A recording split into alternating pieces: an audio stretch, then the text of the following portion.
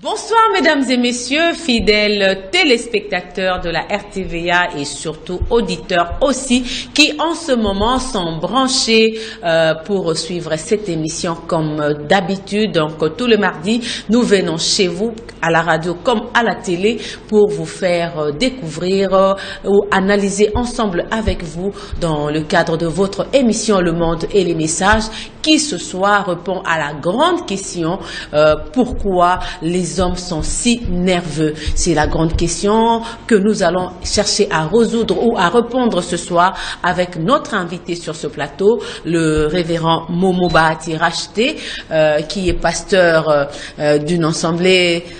Il va se présenter, je ne voudrais pas le présenter moi d'entrée de jeu plutôt. Lui-même, il va le faire, donc vous allez le découvrir. C'est avec lui que nous allons répondre à la grande question de ce soir, pourquoi les hommes sont si nerveux. Il y a parfois des situations qui nous arrivent dans la vie et nous ne savons pas les empêcher ou les éviter, encore moins les résoudre une fois qu'elles sont déjà arrivées. Cela nous rend nerveux et nous manquons parfois des comportements. C'est par cette phrase dans son avant-propos que nous ouvrons ou débutons notre émission de ce soir. Bonsoir, pasteur Racheté. Je voudrais bien vous appeler comme ça, pour ne pas dire Momo Bahati Racheté. Oui. Bonsoir, ma sœur Monica. Oui, comment vous allez? Oui, je vais bien par la grâce de Dieu. C'est une première. Merci de vous recevoir sur ce plateau. Je suis vraiment reconnaissant pour ça. Merci. Oui, vous êtes un serviteur de Dieu. Exactement. Qui est le pasteur Momo Bahati Racheté? Si vous pouvez vous présenter vous-même à nos fidèles téléspectateurs ainsi que nos auditeurs qui nous suivent en ce moment. Bon, vous l'avez déjà dit, je suis pasteur, je suis missionnaire, je suis serviteur de Dieu. Je sers Dieu à plusieurs endroits. Je l'ai commencé au Congo, mais pour le moment, je suis en train de les servir à l'est de l'Afrique, donc en Afrique de l'Est. Je suis à Kampala, en Ouganda, mais aussi j'ai une église au Rwanda. Bon, souvent, je fais aussi la Tanzanie pour y prêcher la parole de Dieu. Le Burundi aussi. Donc, nous sommes un peu de ces côtés. Des vagabonds dans le Seigneur. Oui. À la recherche de la dernière âme perdue. Exactement. La brebis noire, c'est vous qui allez la repêcher ou quoi? Je fais ma part. Hein. Je ne sais pas, peut-être je serai celui-là qui attrapera la dernière brebis. Pasteur Racheté, c'était juste pour vous mettre à l'aise. Merci beaucoup. Contrairement à votre vocation, c'est celle d'apporter la parole de Dieu au peuple, le message du temps de la fin précisément, préparer des prédications, mais nous vous retrouvons dans la rédaction des livres. Quel contraste, pasteur? Ça, mon gars, il n'y a pas de contraste. Parce la prédication et la rédaction marchent de pair? Oui, on ne peut pas prêcher sans qu'il y ait rédaction. C'est un peu difficile. Parce que pour pouvoir prêcher, vous devez vous référer à quelque chose qui a été écrit, c'est-à-dire la Bible. Et la Bible en soi, je peux dire, c'est la collection des livres, selon son sens ou sa signification du mot grec. C'est ta Biblia, c'est l'ensemble des livres. C'est-à-dire, il y a des bien-aimés qui nous ont précédés, qui ont écrit. Et c'est à partir de ce qu'ils ont écrit que nous nous référons aujourd'hui pour pouvoir apporter une certaine prédication. C'est comme ça qu'on commence toujours la parole de Dieu en disant au peuple de Dieu, levez-vous, nous allons lire. Que vous le vouliez ou pas, vous allez lire quelque chose qui a été écrit. Donc, la rédaction et la prédication, pour moi, en tout cas, il n'y a pas de conflit. Parce que depuis que je suis dans le ministère, je suis en train d'écrire. Vous écrivez, contrairement à ce qu'on attendait de votre écriture, c'est plus parler de la parole de Dieu, prêcher, mais on vous retrouve dans les écritures pour les ouvrages. Vous ne trouvez pas vous quittez un peu de votre vocation pour embrasser une carrière qui n'est pas la vôtre? Vous savez, j'étais étudiant à l'ISTA et dans ma pensée, j'ai rêvé plutôt de devenir pilote. Donc vous êtes un mouchetoumen? Mouchetoumène. Oui. Les gens qui sont là, on les appelle les Mouchetoumène. Ah, ok. C'est du nouveau pour ça vous. Faisait un peu longtemps. Oui, pasteur. Ça fait, je pense, 22 ans ou 21 ans que j'ai quitté l'ISTA. Donc, je pensais devenir pilote ou ingénieur électromécanicien. Mais il s'est fait que quand j'étais là à l'ISTA, Dieu m'a appelé pour pouvoir prêcher. Et en m'appelant, il m'a demandé d'aller à Matadi, dans les Bas-Congo. Et j'étais obligé donc de quitter Kinshasa et abandonner l'ISTA pour aller dans les Bas-Congo. Donc cette vocation que j'appellerais nouvelle, parce que moi, dans mes rêves, c'était devenir pilote ou ingénieur électromécanicien. Cette vocation de servir Dieu m'a plutôt rapproché de l'être humain. Parce que j'étais obligé maintenant de servir Dieu parmi les humains, parmi les hommes. Vous voyez? Alors comme ça m'a rapproché, j'ai essayé de comprendre ce qu'est l'être humain. Et en comprenant l'être humain et ses difficultés, ça m'a vraiment poussé dans la profondeur de chercher comment aider cet être humain. Parce que j'ai lu la parole de Dieu, la Bible, de la Genèse à l'Apocalypse. J'ai lu les prophètes Branham et dans le cadre des recherches, j'ai lu aussi d'autres articles. Mais j'ai découvert que Dieu lui-même est un humanitaire. Parce que dans la présentation, j'ai oublié de le dire, je suis aussi humanitaire. C'est dans ces cadres-là d'ailleurs que j'ai écrit tous ces ouvrages que j'ai déjà écrits. Et les serviteurs de Dieu aussi ont copié ces caractères-là ou ont hérité de cette nature. Ils sont aussi humanitaires. J'ai essayé de voir comment Moïse a dû sacrifier sa vie pour pouvoir aider les autres à sortir de l'esclavage. Et vous savez vous-même comment ça s'est passé en traversant la mer Rouge, dans le désert, qu'est-ce qu'il a enduré et tout ça. Il a vraiment sacrifié sa vie pour aider d'autres humains. Et j'ai vu comment le Seigneur Jésus lui-même dit dans la chair humaine, comment il allait ça et là pour pouvoir aider les gens, comment il pouvait même nourrir les gens quand ils avaient faim. Donc il était vraiment proche de l'être humain. Et quand je vois aussi les prophètes de notre temps, William Marion Branham, à une certaine période, il y avait une inondation à Ohio et il y avait un débordement du fleuve et puis il avait son petit bateau qu'il utilisait pour pouvoir aider les gens. C'était aussi une œuvre humanitaire. Oui, il a failli perdre sa vie. Pardon? Et il a failli perdre sa vie. Oui, exactement. C'est comme ça que j'ai dit qu'il s'est sacrifié. Le révérend Momo aussi veut perdre sa vie ou bien il se rapprocher de l'humain pour pouvoir résoudre son problème tant spirituel que psychologique. Vous faites le deux à la fois? Vous savez, le Seigneur Jésus a dit, si vous voulez garder votre vie, vous allez la perdre. Mais si vous la perdrez à cause de Dieu, là, vous allez la retrouver. Et donc, vous faites le deux à la fois. Oui. Vous gagnez et l'homme spirituel et l'homme physique. Exactement. Parce que c'est impossible de toucher à l'homme spirituel sans être en contact avec son physique. Parce qu'il y a une étroite collaboration entre ce que je peux appeler ici la psychologie de l'homme, ce qui est esprit, tel que tu l'as dit, et il y a donc la psychologie et la physiologie, donc ce que je vois, le corps, je vais dire, et puis la sociologie aussi. Comment est-ce que tu es en train d'interagir avec ton entourage, ton environnement et tout ça. Il y a une étroite collaboration entre ces trois choses. Donc la psychologie, la physiologie et la sociologie. Et là, je peux aller plus loin pour ajouter aussi la psychiatrie. Parce que là, quand je parle de la psychiatrie, ça touche déjà l'âme. Oui, révérend, ce soir, nous allons parler un peu sur la nervosité. Oui. En d'autres termes, répondre à la grande question, pourquoi les hommes sont si nerveux. Partant de votre expérience, de votre expertise surtout, des voyages missionnaires, avez-vous aussi constaté que l'homme, dans ce siècle-ci, c'est un nervosé? Oh, la situation est tellement complexe, et tellement compliquée que peut-être plus que vous ne le pensez. J'ai essayé d'être avec plusieurs personnes en différents endroits. La nervosité, surtout ici à Kinshasa, la nervosité bat son plein et il faut vraiment une intervention. Parce que s'il n'y a pas d'intervention, je me demande ce que va devenir la vie de Kinshasa dans 5 ans, dans 10 ans. Je me demande ce que va devenir le monde dans quelques années qui vont suivre. Parce que le monde entier est dans un état total de perplexité. Donc, il semble vraiment que les gens ne sont pas sûrs du lendemain. Et cela les rend nerveux. S'il faut répondre à la question pourquoi les hommes sont si nerveux, je vais vous ramener à... Bon, je lirai une écriture dans la Bible, que c'est l'apôtre Paul qui parle.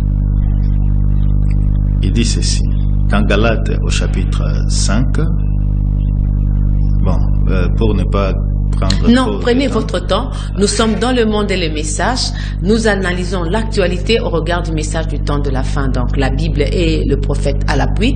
Nous sommes dans un siècle où le prophète lui-même a dit c'est un siècle des nervosés. Ouais. Donc, l'homme est toujours en perpétuelle nervosité. Alors, ce soir, nous vous avons appelé en tant que serviteur de Dieu et dans votre casquette d'humanitaire, nous répondre à la grande question. Merci beaucoup. Oui. Donc, prenez votre temps. Ouais. Je vais prendre dans Galates, au chapitre 5, je commence au premier verset. Il dit ceci, c'est pour la liberté que Christ nous a affranchis. Demeurez donc ferme et ne vous laissez pas mettre de nouveau sous les jougs de la servitude. Voici moi, Paul, je vous dis que si vous vous faites circoncire, Christ ne vous servira de rien. Et je proteste encore une fois à tout homme qui se fait circoncire qu'il est tenu de pratiquer la loi tout entière. Vous êtes séparés de Christ, vous tous qui cherchez la justification dans la loi. Vous êtes déchus de la grâce. Pour nous, c'est la foi que nous attendons par l'Esprit, l'espérance de la justice. Car en Jésus-Christ, ni la circoncision ni l'incirconcision n'a de valeur, mais la loi qui est agissante par la charité. Vous courriez bien. Qui vous a arrêté pour vous empêcher d'obéir à la vérité? Cette influence ne vient pas de celui qui vous appelle. Un peu de levain fait lever toute la pâte. J'ai cette confiance en vous dans le Seigneur que vous ne penserez pas autrement. Mais celui qui vous trouble, quel qu'il soit, emportera la peine. Vous voyez que ces gens ici marchaient bien selon l'évangile qui leur avait été prêché. Il y a plusieurs passages que je vais donner dans la Bible, mais j'ai choisi ceci juste pour montrer qu'il y a une influence qui s'exerce sur des gens, et c'est cette influence-là qui les rend nerveux. Ça les trouble. Et comme ça les trouble, ils ne peuvent plus être stables et demeurer dans ce qui est correct, parce qu'ils sont déjà troublés. C'est comme ça que vous avez lu dans cette phrase-là qu'il y a des choses qui nous arrivent. Et une fois cela est arrivé, on ne sait même pas les résoudre et nous manquons des comportements, c'est-à-dire on est troublé. C'est ce qui rend nerveux. Donc il y a une influence qui s'exerce sur les êtres humains. Maintenant, il faut savoir c'est quoi cette influence. Donc, si je vous comprends bien, la nervosité, c'est une influence qui s'exerce dans l'homme ou sur l'homme et qui lui fait perdre un comportement. Quand on parle de la nervosité, s'il faut la définir scientifiquement, c'est une pression qui s'exerce sur votre système nerveux. Cela peut être passager ou alors permanent. Et qu'est-ce qui est à la base? Qu'est-ce qui influence l'homme au point qu'il devient nerveux? Oui, la chose qui influence l'homme, tel que l'apôtre l'a dit, que cette influence ne vient pas de celui qui vous a appelé. Ou de celui qui ne vient pas de Dieu. Ça ne vient pas de Dieu, parce que c'est Dieu qui vous a appelé. Donc si vous êtes troublé, c'est-à-dire l'influence ne vient pas de lui. Il y a une influence, mais qui ne vient pas de Dieu. Alors cette influence vient d'où? Vous voyez, dans le monde où nous sommes en train de vivre, ça, Monica, croyez-moi, vous ne saurez jamais vivre sans puissance. Parce que c'est un monde qui est influencé par deux dimensions différentes. Il y a le ciel qui influence, il y a aussi l'enfer qui influence. Donc avec ces deux influences-là, vous vivrez soit par l'une ou par l'autre. Si ce n'est pas l'influence de Dieu qui vous fait vivre, ce sera l'influence diabolique. Alors, cette influence dont l'apôtre parle, il dit que ça ne vient pas de celui qui vous appelle, c'est exactement l'influence diabolique. Alors, quand ça s'exerce sur vous, ça vous trouble. Au lieu de faire le bien, vous allez faire le mal. Au lieu de rester dans ce qui est correct, vous allez toujours préférer ce qui est incorrect. Donc, vous ferez toujours le contraire de ce qui est bien. Le monde aujourd'hui, vous le savez, met les gens dans cet état parce que les conditions de vie sont difficiles. Le monde ne met pas quelqu'un dans cet état. Ce sont des humains eux-mêmes qui se mettent dans cet état. Comment un humain lui-même a besoin d'abord d'avoir la paix. Mais face à des situations, on devient stressé, on devient anxieux. Vous n'êtes pas ignorante que le prophète a dit que l'homme est en train de se tuer lui-même aujourd'hui. Et sais-tu comment? Vous les prédicateurs aussi, vous tuez les gens. Comment l'homme est en train de se tuer? Oui, alors que nous sommes au siècle de la découverte, où la technologie a atteint un peu son apogée, où on peut aujourd'hui parler, vous avez l'Internet qui est là. C'est quand même une évolution, il faut encourager cette... Mais cet Internet est plus que toute autre chose. Laissez-moi vous dire... Vous avez la parole. Vous savez, hein, nous sommes abrités ici, n'est-ce pas, dans un joli bâtiment et une salle, je vois des lumières, tout ça, c'est joli, n'est-ce pas? Mais savez-vous que tous ceux qui nous abritent ici et ceux qui nous éclairent sont venus du sous-sol? Les sables qu'on a utilisés pour fabriquer les briques, les ciments, et le fer à béton, même les fils de cuivre là qu'on utilise pour faire passer l'électricité, tout ça, ça vient de la terre. Dis-moi, là où on a extrait ça, qu'est-ce qui est resté là-bas? Mais toi-même, tu le sais, le prophète a dit, pour que nous vivions, il faut que quelque chose meure. C'est la loi de la nature. L'homme ne fait que respecter cette loi-là de la nature. Parce qu'il faut que quelque chose meure pour que l'homme vive. Par conséquent, l'homme aussi mourra un jour. Comme il est en train de tuer les autres. Pour que quoi vivre après? Pour qu'un nouveau monde puisse sortir. Parce que, tel que nous sommes là, la charpente de la terre est déjà affaiblie. Un jour, ça va céder. Du fait que l'homme est en train... Parfois, quand je marche, je vois des immeubles qui se dressent. Je me pose la question, est-ce que ces gens qui construisent connaissent les conséquences de toutes ces choses? Je vois des véhicules qui passent. Tous les véhicules qui passent. Tous les bâtiments qui sont élevés, qui sont érigés, tout ça. Ce sont des choses qui viennent d'en dessous de la terre. Maintenant, là où on a extrait ça, si vous parlez de la mort, bon, je ne pense pas que ce soit une mort, ça. Mais c'est plutôt une destruction que l'homme est en train de faire. Parce que quand on parle de la mort, il s'agit plutôt d'une vie quelconque. Mais ça, ici, ça ne meurt pas. On transforme juste la chose. Et on fait avec ça quelque chose d'autre, tout en ignorant les conséquences. C'est ce qui est très dangereux. Et comme ils sont en train de faire encore des recherches pour je sais pas, atteindre un niveau très élevé de la connaissance, je vous dis, les conséquences aussi sont graves.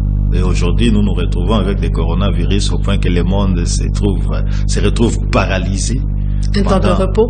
Peut-être pour pouvoir réfléchir et avancer. Il faut se dire aussi à un moment, il faut faire le break. Hein. Ah oui, pour nous, enfants de Dieu, nous voyons le positif dans tout. Hein.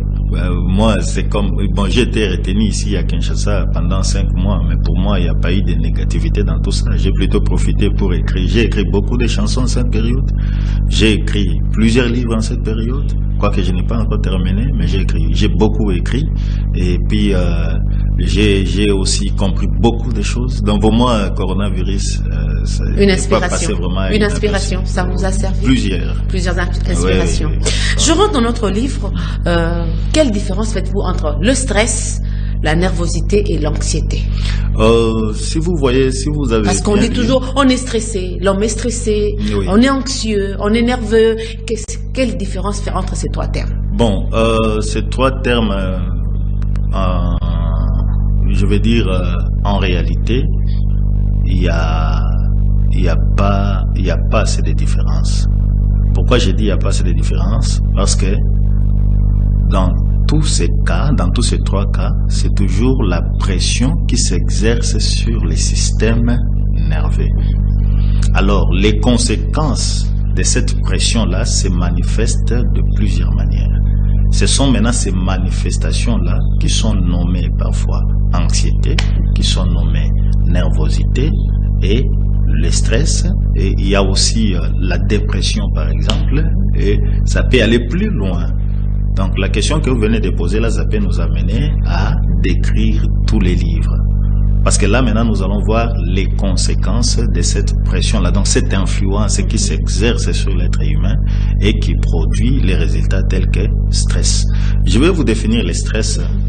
Les stress en soi, c'est quoi? Parce que j'étais en train de réfléchir sur ça, je savais que je serais avec vous dans... Il ne faut pas avoir peur de moi. Il faut pas avoir peur de moi. Je suis si simple, je pose simplement des questions. Non, c'est pas trop difficile. J'ai pas peur de vous. Par contre, je vais aussi vous décrire ici. En fait, c'est plutôt vous qui ne devez pas avoir peur de moi. C'est pour la première fois que j'ai quand même une invitée qui va me décrire sur ce plateau. Merci beaucoup. Oui, merci.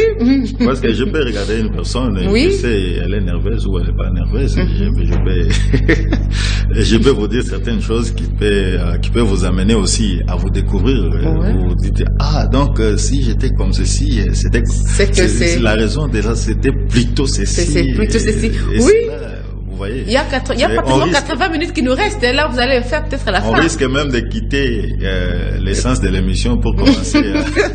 Oui, pasteur, on revient dans ça. Oui, essayez un peu de nous définir. Donc, je voulais vous dire ce qu'est le stress. Ouais. Le stress, en soi, c'est quoi? Le stress, c'est la réaction de l'organisme à tout besoin qui lui est posé dessus ou qui lui est imposé. Donc, on vous dit par exemple, vous allez passer un examen demain ou une interview pour signer un contrat par exemple. Et je vous dis, ma sœur Monica, la personne qui va passer cette interview-là, peut-être ne va pas passer bien la nuit. C'est une bonne nouvelle. Il se pose beaucoup de questions. Comment ça va se passer? Se poser beaucoup de questions. Comment ça va s'imaginer? Il va lire même ses cahiers de la première année primaire. Mais même parce qu'on dit il y a plus de connaissances générales. Il va tout revoir. Et savez-vous ce qui va se passer? Quand il arrive demain à l'interview, on lui pose la question, quel est ton nom? Il dit, mon nom c'est tel et tel et tel. Tu es prêt à travailler? Il dit, oui, je suis prêt pour travailler. Ok. Il revient demain pour travailler. Il n'a pas passé bien la nuit, il n'a pas dormi, et puis il arrive là-bas à l'interview. C'est juste de savoir quel est ton nom, est-ce que tu es prêt pour le travail. C'est tout comme interview. Mais la personne avait tellement paniqué qu'elle n'a pas pu passer bien la nuit. Et il y a plusieurs peut-être qui nous suivent et ils savent que ce que je suis en train de dire, c'est la vérité. Donc, la réaction du corps à tout besoin qui lui est posé dessus. C'est ce qu'on appelle stress. Tu vas passer une interview. Qu'est-ce qu'il veut faire? Mon Dieu. Il prend ses notes du premier graduat, deuxième graduat, sixième, je sais pas, des humanités. Il cherche, il fait des recherches, il appelle. Est-ce que vous savez comment est-ce qu'on passe les interviews dans telle entreprise? Est-ce que vous savez comment est-ce qu'on peut répondre à cela? Est-ce que je peux avoir des modèles? Un modèle de CV, il va passer toute la nuit en faisant de telles recherches. Ça, c'est parce qu'il est stressé. Vous voyez? Et ce stress-là, en réalité, peut même l'amener à un trouble quelconque. Il arrive devant celui qui lui fait passer par interview. Monsieur, est-ce que tu es prêt pour travailler? Et il dira, vraiment, je trouve que je ne suis pas prêt. Et c'est fini. C'est fini et il perd la chance. Et qu'est-ce qu'on va dire? Baloka qui était, Azala qui stressait, à Bangui. Il a pensé que ce sera quelque chose de grave, quelque chose de grand. La façon dont je te vois, c'est comme si tu es passé par cette expérience. Non, moi je suis en train de te regarder. Là, vous êtes en train de faire de la psychologie sur mon plateau. Je suis en train de vous regarder, de vous suivre attentivement. Vous parlez des stress, oui. Ce qui est vrai, c'est que tout le monde sur cette terre est quand même stressé. Là, il faut se le dire. On peut pas vivre sans stress. Oui. Ça, il faut se le dire. Surtout en étant parent aujourd'hui à Kinshasa, avec les conditions de vie, on se pose la question de savoir qu'est-ce que sera demain, comment on va nourrir les enfants, comment nouer les 2 bouts du mois. Tout ça, ça peut stresser aussi quelqu'un. Ça stresse, ça ne peut pas. Donc, on est toujours en perpétuel stress. Il faut maintenant savoir les éviter, toutes ces choses-là. Il faut savoir... Être anxieux. Il faut savoir les éviter parce que vous pouvez vous poser la question aujourd'hui, savoir comment vous allez élever les enfants et puis dans quelques jours vous les laissez. Et vous augmentez encore leur souffrance. Papa est parti. nous sommes restés, qui va prendre soin de nous? Vous allez peut-être penser, bon, la famille va penser que c'était son temps, mais la parole nous enseigne qu'il y a des gens qui meurent prématurément. C'était pas le temps et puis ils meurent. À force de trop penser sur leur vie. Oui, justement, parce qu'il n'a pas su gérer ses stress. Il n'a pas su gérer ses stress, il n'a pas su comment éviter ça et puis c'est fini, il part. Il quitte les enfants alors qu'il est en train de penser comment est-ce qu'il va prendre soin des enfants. Il est évident qu'il est impossible de vivre dans ce monde sans stress. Parce que le stress en soi, aussi, ouais. Le stress en soi à une certaine dose est important. Parce que même un enfant qui naît, par exemple, le fait de crier, le fait de pleurer, c'est parce que l'enfant est stressé. Il était dans un environnement quelconque, dans une certaine qui avait une certaine température, tout ça, et puis subitement il se retrouve quelque part où il ne sait pas c'est où là. Il était habitué à être nourri d'une certaine manière, dans une certaine position. Et si vous les prenez, vous les gardez longtemps, la tête en bas, les jambes en haut, ici, dans le monde, il ne va pas vivre. Mais dans le ventre de sa mère, il était libre, il pouvait même avoir sa tête tournée vers le bas et ses jambes en haut, il était calme, tout était bien.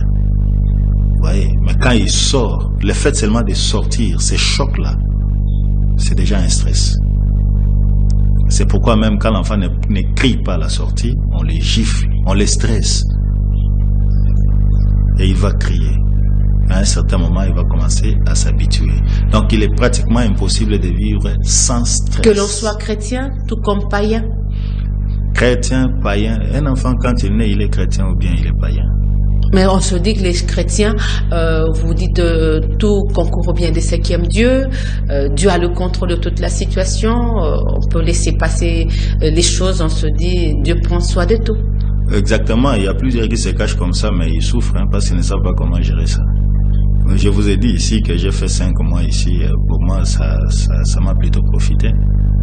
Parce que je me suis rendu compte qu'on a déjà fermé. Là, nous sommes déjà dans une autre étape de savoir comment gérer le stress. Donc, on n'a pas Pasteur, on revient. Les causes, vous avez dit, vous venez d'épingler les causes des stress, des nervosités et d'anxiété. Quelles sont les conséquences, les symptômes physiques de quelqu'un? Avant de parler d'abord des conséquences, je parle d'abord des symptômes physiques d'une personne qui est stressée, d'une personne qui est nerveuse plutôt, d'une personne qui est anxieuse, les symptômes physiques de ces trois. Je vais vous donner quelques exemples plutôt frappants, oui. Marquants aussi, qui sont plutôt d'une grande précision. Je vais parler des symptômes physiques tels que vous l'avez dit là. Une personne qui est stressée, observez-les, son humeur va toujours changer. Et à la maison, si vous avez des enfants, essayez d'observer les enfants. Si vous voyez un enfant jouer avec les autres et puis subitement il se retire, il ne joue plus, il faut faire attention, il faut suivre cet enfant. Il y a quelque chose qui ne va pas avec cet enfant. Et puis, je vais vous donner maintenant l'exemple dont j'avais dit là. Vous voyez, bon, il y a quelque chose qui me vient à l'esprit. Bon, je suis écrivain, bien sûr, je suis aussi serviteur de Dieu. Quand quelque chose me traverse comme ça, je vais essayer de profiter pour en parler. Peut-être ça va aider quelqu'un. Il y a aussi des enfants qui naissent avec des complications, des malformations. Je vais parler des enfants autistes. Parce que j'ai aussi une certaine formation sur les troubles du spectre autistique. Il y a des enfants qui naissent tout en ayant des problèmes d'autisme. Ces enfants-là... ce sont des enfants qui n'écoutent pas bien. Pas seulement écouter bien, ce sont des enfants qui n'ont pas pu... donc, il y a certaines parties neurologiques de leur cerveau qui ne s'étaient pas bien développées. Okay. Alors, ils ont des complications. Peut-être il ne peut pas écouter, peut-être il ne peut pas parler, et peut-être il ne peut pas... Donc, il y a des signes qui viennent avec ça. Vous allez remarquer que l'enfant peut-être n'est pas social, ne joue pas avec les autres, il se retire toujours. Isolé. Il est toujours isolé et il ne parle pas avec les autres. Il n'est jamais content. Donc vous ne verrez jamais là où il manifeste sa joie, où il manifeste sa tristesse. Il ne s'intéresse à rien. Vous lui amenez des jouets, il ne s'intéresse pas à ça. Ça, j'ai juste parlé de ça, du fait que je viens de toucher sur le fait que si vous voyez un enfant qui joue pas avec les autres, sachez qu'il y a, mais ça ne va pas avec cet enfant. Alors, il y a des parents qui ne sont pas informés et qui laissent les enfants comme ça. Et les autres diront, on a ensorcelé l'enfant, on a envoûté l'enfant. Et les autres, ils pourront prendre cet enfant et le garder dans la maison pour éviter que les visiteurs ne le voient pas, alors que c'est pas bon. C'est pas de la faute de l'enfant, c'est parmi aussi les conséquences qui peuvent venir parce que maman était anxieuse pendant la période de la grossesse. L'enfant peut naître de cette manière-là. Alors si vous remarquez qu'il y a un enfant qui est comme ça, il faut vite chercher de l'aide, ne le cachez pas. Chercher de l'aide, on peut l'aider. S'il est mauvais d'un côté, il peut être bien de notre côté. Donc on peut exploiter les côtés qui est bien et l'enfant sera toujours utile. Vous comprenez? Là, on en parlera plus clairement lorsqu'on abordera le point sur les conséquences. Oui, là, je vais vraiment poser toutes les questions possibles. Merci beaucoup. Oui. Alors, je disais ceci, les signes que je voulais vous donner, c'est quoi? Vous savez, quand vous avez la démangeaison, par exemple, au niveau du visage, qu'est-ce que vous faites? Bon, on se gratte souvent, vous essayez un peu de gratter. Vous essayez de vous gratter, n'est-ce pas? Ouais. Qu'est-ce qui va intervenir là-bas? L'acné va sortir pour certaines personnes, vous aurez de la rougeur. Ce sont les doigts. Pas de problème, ce sont les doigts. Ouais. C'est la main qui va intervenir, n'est-ce pas? Ouais. Ok. Et si par exemple vous avez des douleurs au niveau de votre ventre, qu'est-ce que vous faites? C'est moi qui pose les questions, vous me répondez. Oui, nous sommes en train de réfléchir ensemble, ne vous en faites pas. Vous pouvez aussi me former et devenir journaliste, ne vous en faites pas, parce que je suis en train de faire beaucoup de métiers. Si vous avez des douleurs au niveau de votre ventre, souvent les gens s'étordent de douleur, ouais. Vous essayez quand même de calmer ça, vous touchez, ouais. Exactement. Quand vous touchez là, c'est-à-dire vous cherchez à calmer cette douleur. Hein? Vos mains ne peuvent pas entrer à l'intérieur pour pouvoir toucher là où ça fait mal. Vous ne savez même pas qu'est-ce qui fait mal, mais les mains ont tendance à aller intervenir. Vous voyez? Alors, quand quelqu'un est triste, quand quelqu'un est angoissé, il est stressé, il est anxieux, vous allez remarquer que les mains auront toujours tendance à aller vers la tête. Si la personne se fâche, surtout pour les femmes qui ont de longs cheveux, il y a même un risque de s'arracher les cheveux. Donc la main est en train de suivre quelque chose. Mais cette main est incapable d'entrer pour pouvoir maîtriser cette chose-là. Quand il y a la démangeaison, vous grattez. Quand il y a des douleurs, vous touchez. Au niveau des dos, mon congrès, ça passe. J'ai vraiment des douleurs au dos, je ne sais pas.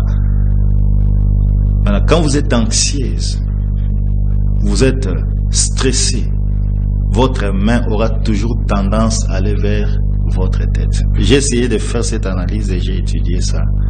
Vous allez remarquer que si vous ne trouvez pas une personne comme ça, vous allez les trouver comme ça. Vous allez les trouver, c'est pas comme ça.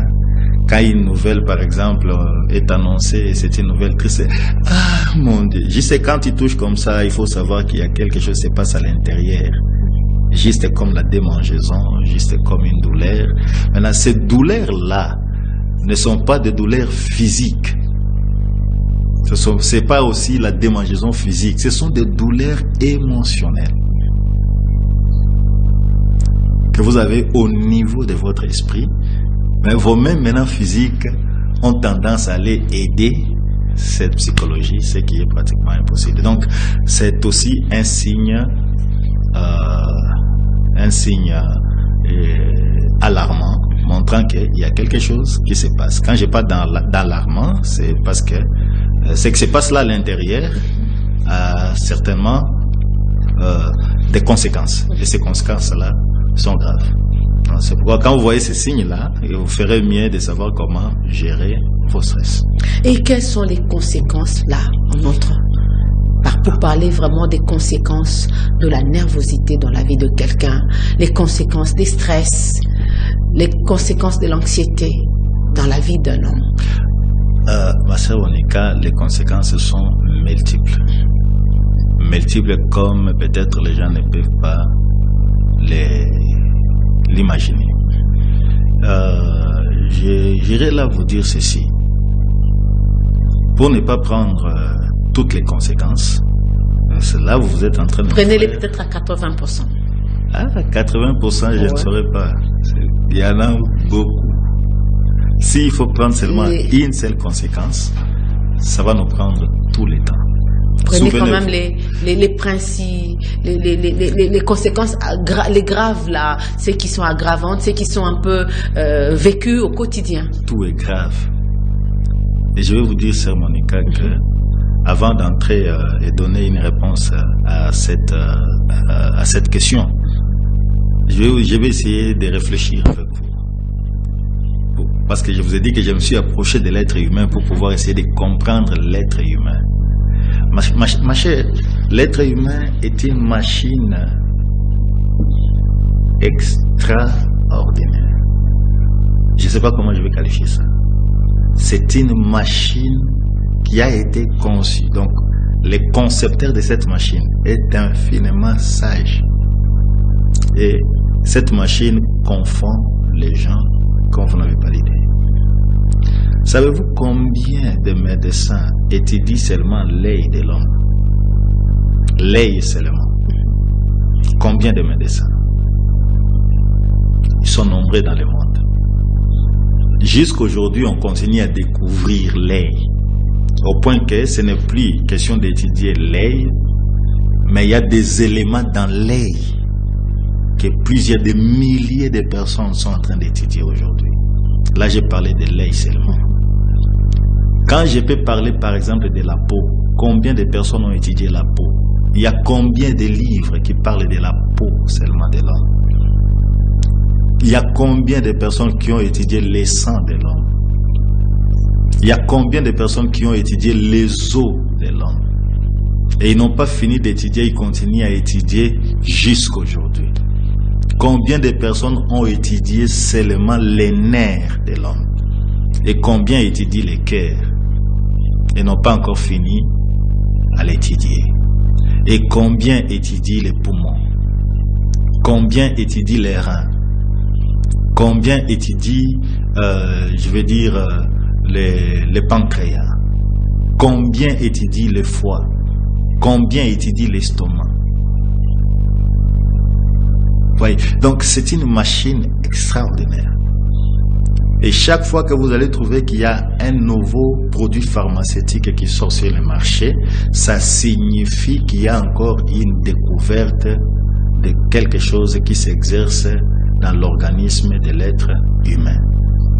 C'est-à-dire, on continue à les découvrir chaque jour, on n'a jamais fini à les découvrir. Raison pour laquelle, après avoir compris ça, je me suis toujours dit que ça ne vaut pas la peine que quelqu'un se vante. Je ne peux pas être complexé devant un médecin, peu importe, même il se dit grand, je ne sais pas comment. Je ne peux pas être complexé. Parce que je sais que lui aussi n'a pas maîtrisé l'homme comme il faut. Et s'il essaye de soigner, c'est avec raison que notre prophète a dit qu'il y a des médecins de leur temps, de la clinique Mayo, qui disaient que nous essayons d'aider seulement, mais c'est Dieu qui guérit. Et il y a plusieurs médecins aussi qui disent ça. Donc il n'y a personne qui peut intimider l'autre pour montrer qu'il a maîtrisé cet être humain. C'est pourquoi je vous dis que les conséquences sont graves et sont multiples. En voyant seulement ce que je viens de vous décrire là, je pense que ça vous donne une idée sur ce que peuvent être les conséquences. Les conséquences dont je vais essayer de parler ici, je dirais, je vais commencer par exemple par les conséquences sur une femme. La nervosité peut faire en sorte qu'une femme puisse voir ses périodes d'indisposition menstruelle changer. Ça peut même arriver qu'elle n'était pas en position d'avoir son indisposition menstruelle, mais à cause d'une nouvelle quelconque, subitement comme ça, et elle voit sa période. Je pense que vous pouvez comprendre ça plus que moi. Oui, je vous écoute. Et il y a d'autres qui voient qu'elles étaient par exemple à 5 jours. Elles vont voir les jours se rétrécir ou se réduire à 4 jours, 3 jours, 2 jours, 1 jour, parfois demi-journée. Et parfois il n'y en a pas, c'est mois. Et quand elle ne voit pas ça, c'est moi, si elle va se poser des questions, surtout si elle n'est pas ouverte, elle va peut-être essayer de résoudre ça, ça va encore la rendre plus nerveuse. Et cela va encore compliquer la situation. Et il y a d'autres, par exemple, qui peuvent voir 2 fois par mois, 3 fois par mois, tout ça à cause de la nervosité. Parce que quand on est nerveuse, c'est-à-dire qu'on est stressé, les cerveaux sécrètent une hormone qu'on appelle cortisol, et cette hormone-là est nocive à certains organes du corps. Alors, ça peut faire en sorte que la femme puisse être perturbée comme ça. Et si elle est grosse, ça peut provoquer même l'avortement. Raison pour laquelle plusieurs personnes, vraiment que Dieu nous fasse grâce, nous voulons vraiment essayer de sensibiliser tout le monde. Et faire en sorte que les gens puissent d'abord... nous sommes chrétiens. Il faut mettre cette histoire de la sorcellerie. Il faut d'abord oublier ça. On devait vivre par la foi, pas par la peur. C'est moindre chose, il y a une grossesse qui sort. Papa n'a eu le sous qui va nous et des choses semblables. C'est un peu compliqué, surtout chez nous au Congo. Quoique dans le monde, surtout en Afrique, c'est un peu fréquent, mais au Congo c'est pire. Mais la nervosité peut faire en sorte que la femme puisse avorter. Et laissez-moi vous dire que parfois elle est nerveuse, pas parce qu'elle le veut, mais c'est parce que l'homme la rend nerveuse. Et maintenant, si toi tu la rends nerveuse et qu'elle avorte à tout moment, qui serait vraiment qualifié de sorcier dans ces cas-là? C'est l'homme qui le serait, parce qu'on dit, lui-même ne sait même pas s'il est à la base de ça. C'est ça le problème aussi, il ne sait pas. C'est ça exactement. Il ne sait pas que c'est lui qui est à la base. Lui, il se fâche seulement. Bon, j'aime beaucoup parfois faire intervenir des langues nationales. Oui, ça me dérangerait pas. Ça me dérangerait pas, ouais. Il y a aussi un livre que je suis en train d'écrire, les titres en lingala, mais les contenus c'est en français. Oui, ça me dérangerait pas. Merci beaucoup. Oui. Alors c'est un peu ça. L'homme lui-même peut être ignorant. Pourtant, c'est lui qui est la cause de ces avortements. La nervosité peut faire en sorte qu'une femme puisse avoir des complications lors de l'accouchement. Et ce qui amène plusieurs dans des salles d'opération pour subir des interventions de césarienne. La nervosité peut faire en sorte que la femme puisse faire une fausse couche. L'enfant a bien évolué, mais arrivé à un certain moment, l'enfant meurt dans les seins de sa mère. Parce que sa mère a été anxieuse ou elle a été nerveuse. Et il y a plusieurs facteurs qui peuvent faire en sorte que la maman soit nerveuse. C'est surtout, j'étais quelque part, je donnais une formation et je disais aux hommes de faire en sorte que les femmes soient bien entretenues dans des foyers. Parce que si elles ne sont pas bien entretenues et que vous les rendez nerveuses ou anxieuses, vous risquerez de produire des enfants qui sont autistes. Et ces enfants-là risqueront d'être objets de stress toute votre vie. En réalité, ce ne sont pas ces enfants qui ont voulu naître comme ça, mais c'est vous qui avez provoqué ça. Le comportement des parents. Oui, exactement. Donc par là, c'est, si je vous comprends bien, ou si je veux un peu vous accompagner dans votre réflexion, c'est que l'homme doit savoir comment et quand aborder sa femme, surtout pour avoir un enfant, des peurs de la stresser pendant cette période, et que l'enfant, surtout quand la femme ne veut pas, et qu'on a de telles conséquences. Exactement, c'est pourquoi la Bible dit. J'ai comme l'impression qu'on a un kilo à Kolobango. Nazana kilote. Parce que c'est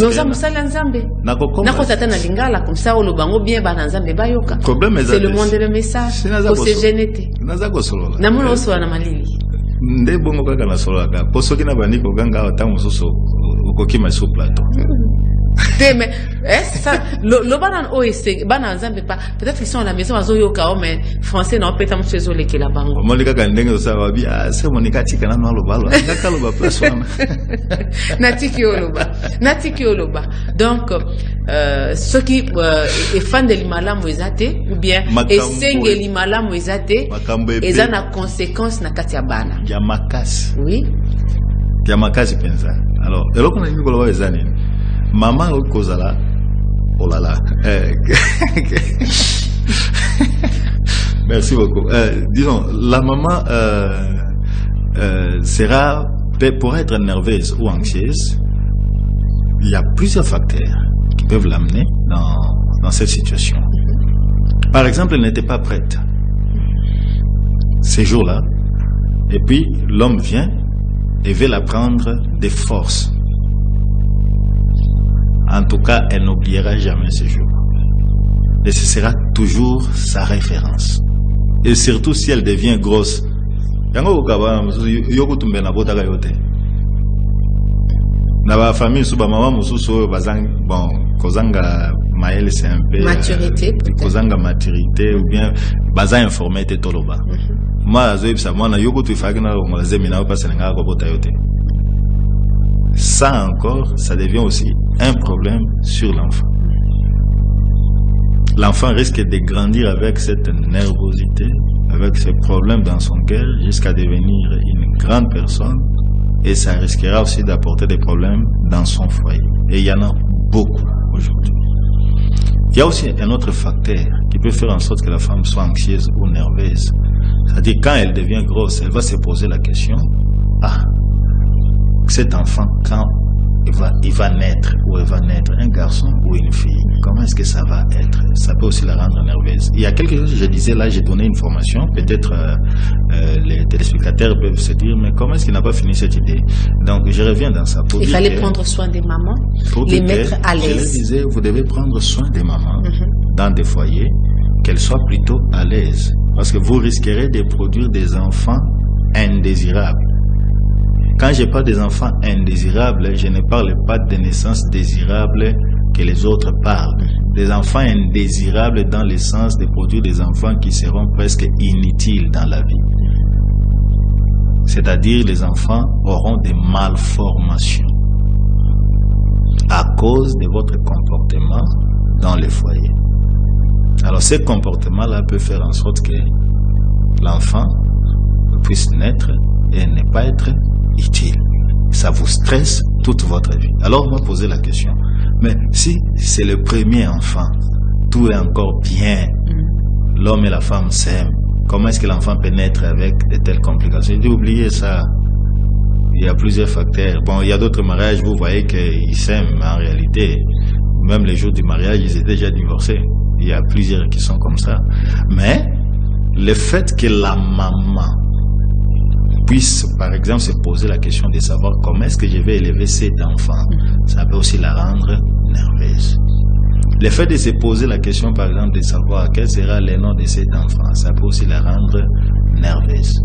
Si, par exemple, vous voulez qu'on donne son nom à l'enfant, ou le nom de sa maman, ou le nom de son père, ou un nom de sa famille, ou quelque chose comme ça, et que l'homme n'a pas été d'accord avec ça, ça peut faire aussi en sorte qu'elle soit nerveuse. Donc, il y a plusieurs facteurs qui peuvent faire en sorte que la femme soit nerveuse ou anxieuse ou angoissée, et ça peut produire des problèmes sérieux, des conséquences graves sur le fœtus qui se développe là, dans l'utérus. Vous ne serez pas au courant, mais l'enfant aura des problèmes. Et les jours de sa naissance ou en grandissant, c'est là que vous allez découvrir que l'enfant a des problèmes sérieux. Et peut-être à 2 ans, vous n'allez pas découvrir, à 3 ans, vous n'allez pas découvrir. Mais plus l'enfant se développe, vous allez comprendre que l'enfant a les problèmes d'apprentissage. Vous lui apprenez quelque chose et il ne retient pas ça. Vous pouvez répéter, l'enfant ne retiendra jamais. Dieu en créant l'homme, moi je me suis toujours dit que Dieu a créé l'homme d'une manière parfaite.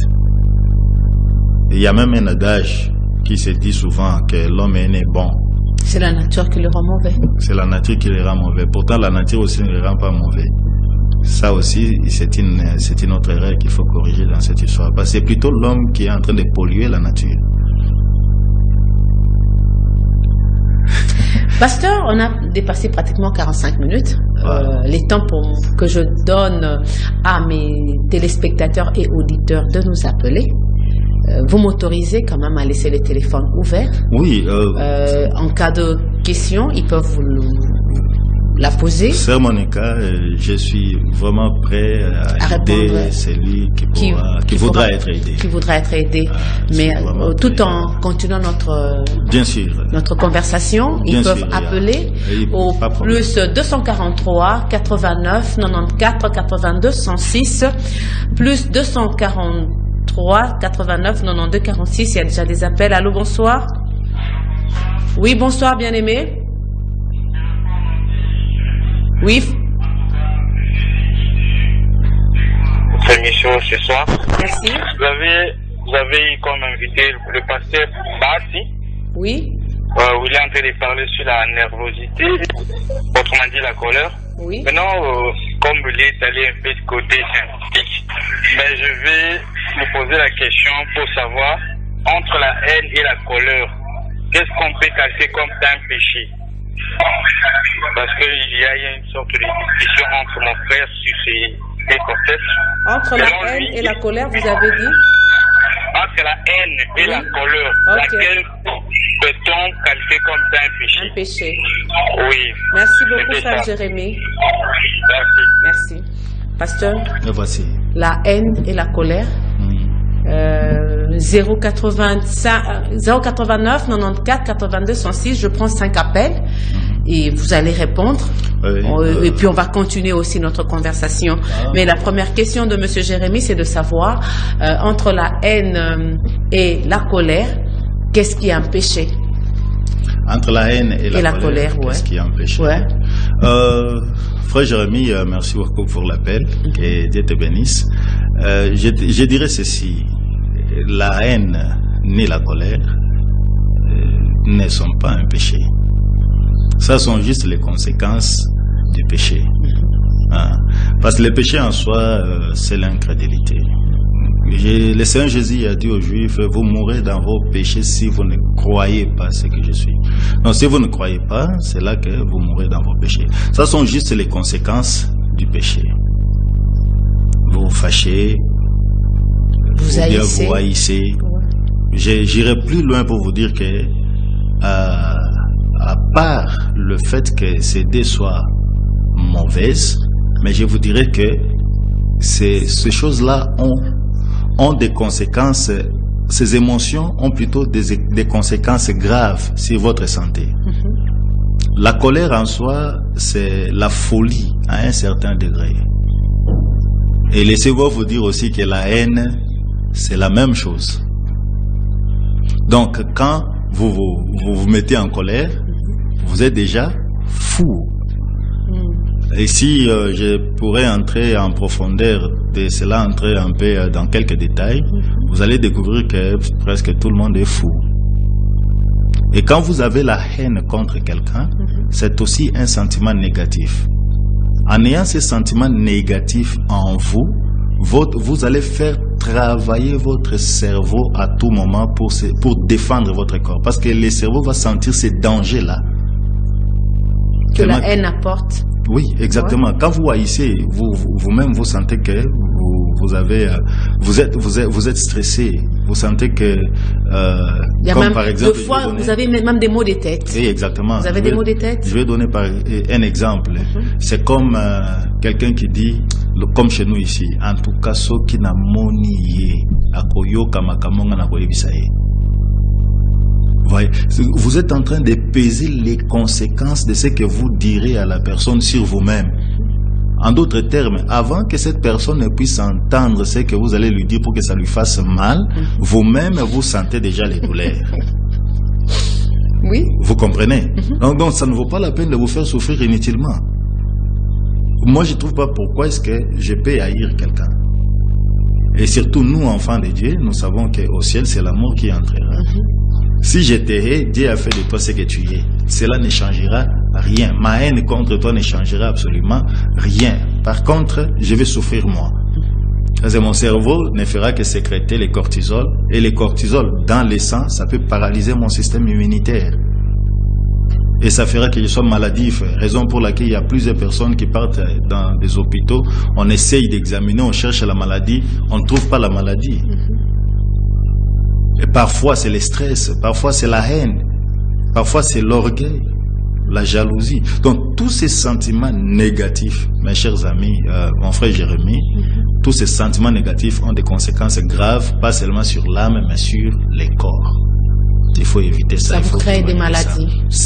Des sérieuses maladies qui parfois deviennent incurables. On va essayer de soigner la gastrite, les ulcères de l'estomac. On va essayer par tous les moyens, avec tous les médicaments possibles. Mais vous ne serez jamais guéri. Tout ça parce que votre cerveau est toujours en train de sécréter ces cortisol. Jusqu'à ce que votre système immunitaire soit totalement paralysé. Et une fois paralysé, c'est fini. Vous allez risquer de vivre comme quelqu'un qui a le VIH. Allô, bonsoir. Oui, bonsoir. Oui, bonsoir. Oui, m'excusez vraiment, je vous suis sur 5 mai. Oui. Je vais parler un peu au contraire de votre sujet. Je vais faire un avis de recherche. J'ai perdu ma fille. Comment je peux contacter les CPA pour qu'il en fasse cette recherche?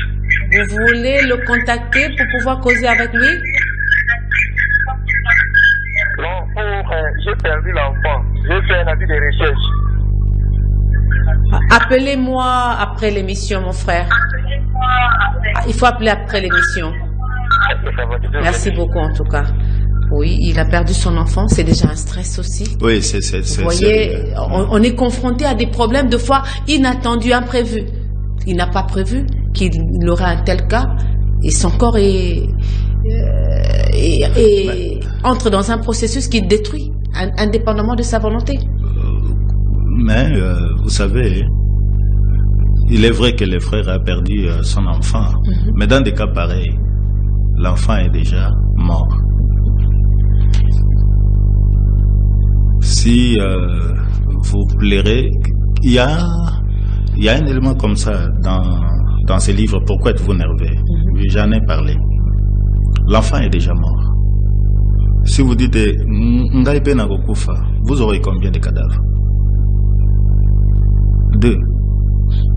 Si maman dit, en tout cas, moi aussi, il faut que je meure comme mon fils. Juste en disant cela, et tout en ne maîtrisant pas ces émotions négatives en vous, ça peut vous amener à l'hôpital quelques jours plus tard. Et vous allez risquer de suivre aussi l'enfant. Et s'il y a d'autres enfants, vous les laissez souffrir. J'ai toujours dit, même à l'église quand je prêche, je dis, mes chers amis, quand quelqu'un est guéri, nous disons gloire à Dieu. Dieu a guéri cette maladie. Ça nous montre d'une manière certaine que la parole de Dieu reste vraie. Dieu a accompli sa promesse, il avait promis, il guérira, il a guéri. C'est très bien. Mais qu'en est-il de cette parole qui dit tu es poussière, tu retourneras à la poussière? Ce sont les émotions. Vous savez, perdre quelqu'un qui est cher, c'est pas facile. Hein? Exactement. C'est pourquoi il faut savoir comment maîtriser ces émotions-là. Quand je parle aux gens, souvent, si vous dites vraiment, tu peux mourir, et dites, ok, ça va. Comme vous n'allez pas mourir, hein. Moi, laissez-moi prendre mon exemple. Et j'ai toujours utilisé mon exemple personnel. Je dis aux gens, je peux mourir d'un moment à l'autre. Je peux mourir. J'ai réfléchi beaucoup sur ça. Et ça enlève. Avant, quand j'étais enfant, quand je grandissais, je disais, un jour peut-être on va se séparer de tel, va mourir. Un jour on va se séparer de tel, moi aussi je vais mourir un jour.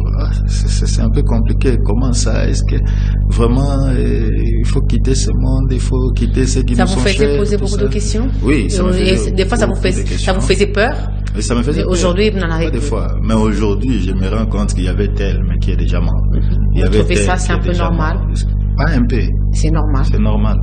Pasteur, Donc, vous ça avez peut dit... m'arriver d'un moment à l'autre. Ça peut arriver. Vous avez dit les conséquences de la nervosité sur une femme, ça apporte les avortements, les fausses couches et les prématurés.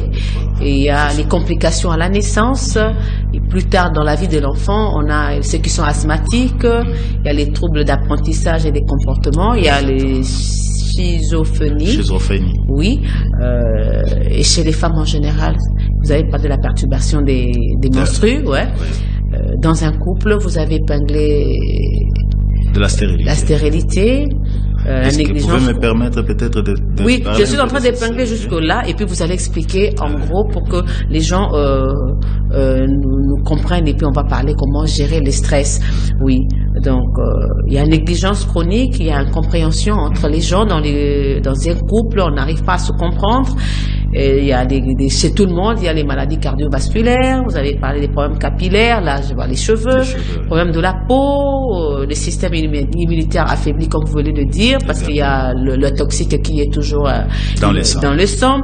Il y a les problèmes digestifs avec la gastrite, il y a la prise de poids, il y a perte de poids, les problèmes de sommeil, les pertes de mémoire, le manque de libido, les systèmes reproductifs peut être touché. Et chez les étudiants, on a un cerveau qui ne retient pas. Ouais. Essayez un peu de parler de ça dans l'ensemble avant d'entrer dans les conséquences au niveau de l'esprit. Là, je vois le domaine spirituel. Ouais. Vous voyez, Sœur Monica, bon, je vais juste prendre quelques oui, c'est à la télé, je voulais bien vous garder pour parler, mais nos minutes aussi, oui. Je vais sélectionner peut-être quelques éléments et puis en parler comme ça. Par exemple, la stérilité dans les couples. Vous allez remarquer ou alors plusieurs personnes ont remarqué que quand l'homme est nerveux ou la femme est nerveuse, ça peut même être à période de l'ovulation de la femme. Mais à cause de la nervosité, peut-être l'homme ne voudra pas que la femme l'approche. Et la femme aussi, à cause de la nervosité, ne voudra pas que l'homme la touche. Et cette période-là va passer. Et c'est fini, elle ne va pas concevoir. Ces mois-là passent. Si les couples peuvent, je sais pas, bien réfléchir sur ça, ils vont réaliser que c'est toujours en cette période que le diable vient vous visiter. Que le diable, là, vous entrez déjà dans les domaines spirituels. C'est toujours dans ces périodes-là que le diable vient vous visiter, comme je l'ai dit.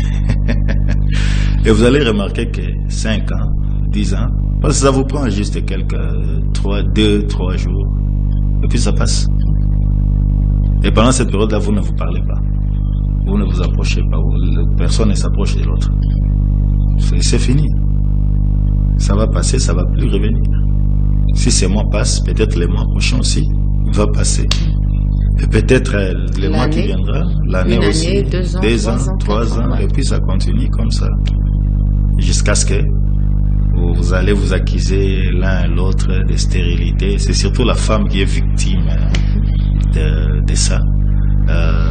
Pourtant, c'est peut-être l'homme qui amène toutes ces complications-là à la maison. Ouais.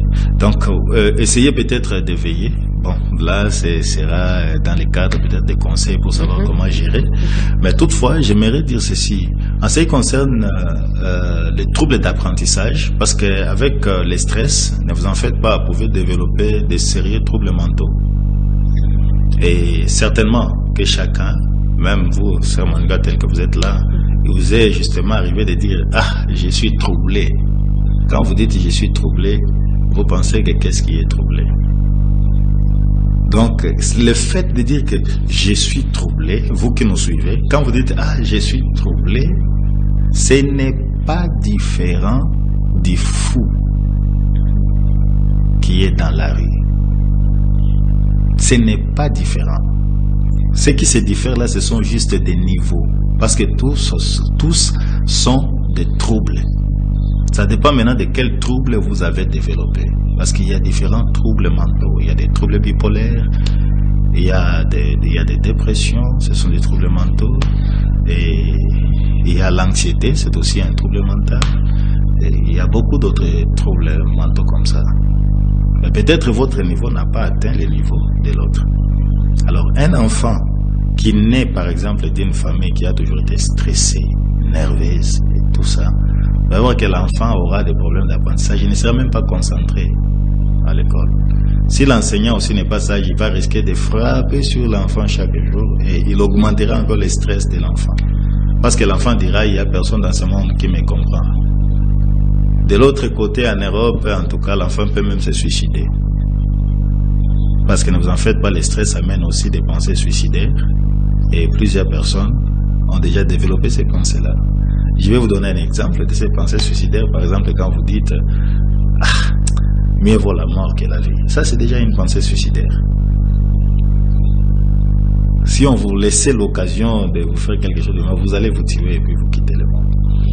Dans d'autres pays, les enfants ou même les adultes, facilement, ils se suicident. Ils disent, je vais me débarrasser de cette histoire une fois pour toutes. Mais ici, chez nous, peut-être l'enfant va fuir l'école. Vous ne comprenez pas pourquoi l'enfant n'entre pas dans la classe. À la maison, il n'est pas tranquille. Il arrive à l'école, l'instituteur le frappe. Donc pour lui, il s'est dit, il n'y a personne qui me comprend dans ce monde. Si je reste à la maison, je vais vivre ce que je suis en train de vivre. Si je pars là-bas, on va me frapper. C'est la raison même de Cheikh dans nos rues, sur nos rues plutôt, dans nos rues, dans nos cités. Exactement. Il y a plusieurs facteurs qui vont de pair avec ça. Et par la grâce de Dieu, nous avons un programme de l'ONG et nous voulons vraiment faire en sorte que ces enfants-là soient utiles à la société. Ça va nous demander beaucoup de moyens, ça c'est sûr. Mais néanmoins, nous avons des stratégies solides pour faire en sorte que ces enfants, heureusement que vous avez touché aussi à ça, pour faire en sorte que ces enfants-là puissent quitter la rue. Oui, pasteur, les conséquences sont nombreuses, comme vous les avez dit. Vraiment nombreuses. C'est vraiment beaucoup. De fois, on se demande, est-ce que les problèmes capillaires aussi peuvent être la conséquence ou les conséquences des stress, des nervosités. On se demande comment. Il y a plusieurs qui ne le savent même pas. Ceux qui n'ont ma chevelure ne fait que tomber, tout ça, et je suis en train de perdre mes cheveux. Tout ce qui est nourri par les sangs, parce que les cheveux sont nourris par les sangs, tout ce qui est nourri par les sangs, quand ce sang-là est infecté du cortisol, tout ce qui est nourri par les sangs ne sera pas en bonne santé. Raison pour laquelle vous aurez même des problèmes de la peau. Parce que la peau aussi est nourrie par les sangs. Vous aurez des problèmes rénaux. Parce que même les reins aussi, les sangs passent par là pour être purifiés avant de rentrer dans le cœur. Tout ce qui est nourri par les sangs aura des problèmes. À cause de la nervosité. À cause de la nervosité. Il n'y aura pas fertilité. Et comme il n'y a pas fertilité, c'est fini. Vous allez perdre vos cheveux tout le temps. Les conséquences, ça c'était au niveau du physique. Au niveau du physique. Oui. Et au niveau de l'esprit. Au niveau de l'esprit, je dirais ceci, d'abord vous ne serez pas concentré et vous n'aurez jamais la foi. Et chaque décision que vous allez prendre sous la colère, sous la nervosité, étant triste, sous la dépression, étant stressé, chaque décision que vous allez prendre, vous allez toujours la regretter. Il n'y a jamais eu une décision prise sous colère. Il n'y a jamais eu une décision prise sous tristesse, étant angoissé, qui a été appréciée. Ces décisions-là ont toujours été regrettées. Toujours. Toujours regrettées. Donc, par conséquent, vous n'aurez jamais la foi quand vous êtes dans un état de nervosité. Ça va vous compliquer, vous ne saurez pas comment marcher avec Dieu. Vous aurez toujours des doutes. Des doutes. Toujours. Rien ne sera certain. Et tout va faire peur. Et comment faire pour gérer sa colère? Comment faire pour gérer sa haine? Comment faire pour gérer ses stress, sa nervosité, son anxiété? La seule chose que je dirais ici, bon, je peux dire beaucoup de choses, mais la première chose que je dirais, Sœur Monica, c'est d'éviter. Comment éviter? Parce que nous sommes dans un monde où tout, deux fois, vous stresse, où on est confronté à ce sérieux problème. Comment éviter cela? C'est pas facile, hein, pasteur? Sœur Monica, je suis habillé en costume, quoique souvent je n'aime pas m'habiller comme ça. Mais c'est un choix que j'ai fait avant de venir ici. J'ai laissé d'autres habits. Mais j'ai fait un choix. Le choix est tombé sur celui-ci, c'est pourquoi je l'ai porté. C'est moi qui ai choisi. Si vous me voyez porter tous mes habits, c'est aussi un choix. Ce sera un choix, mais qu'est-ce que vous direz de moi? Il commence à perdre la tête. C'est sérieux. Il perd quoi? La tête. La tête, pourtant j'aurai toujours ma tête. Ça, c'est une expression qui veut justement signifier que je suis troublé. C'est-à-dire, je suis devenu fou. Et qu'est-ce qu'il faut faire? Je fais un choix. J'ai choisi celui-ci. C'est tout. Vous voyez, je vais dire ceci. La haine se présente. La colère se présente. La jalousie se présente. L'amour aussi se présente. Mais il faut faire un choix. La paix se présente, la tranquillité se présente, le bonheur se présente. Moi, vous voyez, c'est ce que je suis en train de faire ici. Quand je vous parle et je vous amène à rire et tout ça, c'est parce que je veux que vous soyez détendus. Et c'est ce que je veux partout où je suis. Et vous arrivez aussi de vous fâcher? Moi? Oui. Certainement, je suis un être humain. La pression peut s'exercer sur moi, mais juste quand je remarque que ça vient comme ça, j'évite ça. Parce que je connais les conséquences. On peut ignorer ça, peu importe combien on peut ignorer les conséquences, mais ça va toujours nous attraper quelque part. C'est très compliqué ça. Ça peut m'arriver de développer par exemple la colère. Mais je fais quoi? C'est comme le frère Branham l'a dit. Vous avez votre champ de maïs et vous avez déjà des épis qui sont formés, mais des oiseaux sont en train de survoler votre champ. Ce que vous allez faire, évitez que ces oiseaux-là ne descendent dans votre champ. Ils peuvent survoler les champs, mais qu'ils ne descendent pas. Et surtout qu'ils ne construisent pas leur nid. Parce que s'ils descendent et qu'ils construisent leur nid, vous allez perdre toute votre récolte. Par conséquent, vous devez faire un choix. C'est-à-dire, la colère se présente. Moi, je choisis ne pas être en colère. En écrivant ces livres, j'ai compris beaucoup de choses. Je n'ai pas l'habitude d'achoper les gens. Si je prêche, la parole t'achoppe, ça c'est ton affaire avec la parole, c'est pas mon affaire. Mais je me suis dit, je ne pourrai jamais achoper mon épouse, ni mes enfants, ni mes voisins, ni qui que ce soit. Si je fais les biens, ça t'achoppe, ça c'est ton affaire. Mais dire que je vais préméditer ça, je ne le ferai jamais. Parce que je connais les conséquences. Je peux t'achoper aujourd'hui et tu meurs 20 ans après. Comment expliquer? Parce que je vais sécréter cette toxine-là. Exactement, parce que... qui va nuire à mon sang. Exactement. Et avoir des conséquences. C'est ça, justement. Donc, quelque part, vous êtes un meurtrier quand vous faites ça. Voilà. Alors, nous en avons combien aujourd'hui? Des meurtriers. Des meurtriers. Peut-être on s'imagine être meurtrier quand quelqu'un tombe sur place et qu'il meurt sur place. Là, on se dit qu'on est un meurtrier. Ouais, mais quand on stresse quelqu'un. Vous êtes meurtrier. Quand on insulte quelqu'un. Meurtrier. Quand on calomnie son prochain. Meurtrier. Quand on le hait. Meurtrier. Au même point que celui qui a tué à bout portant. Avec un couteau et tout ça. Frère Branham dit, si vous parlez un mal de votre pasteur, vous les tournez en dérision. Vous ferez aussi mieux de faire quoi? De les poignarder.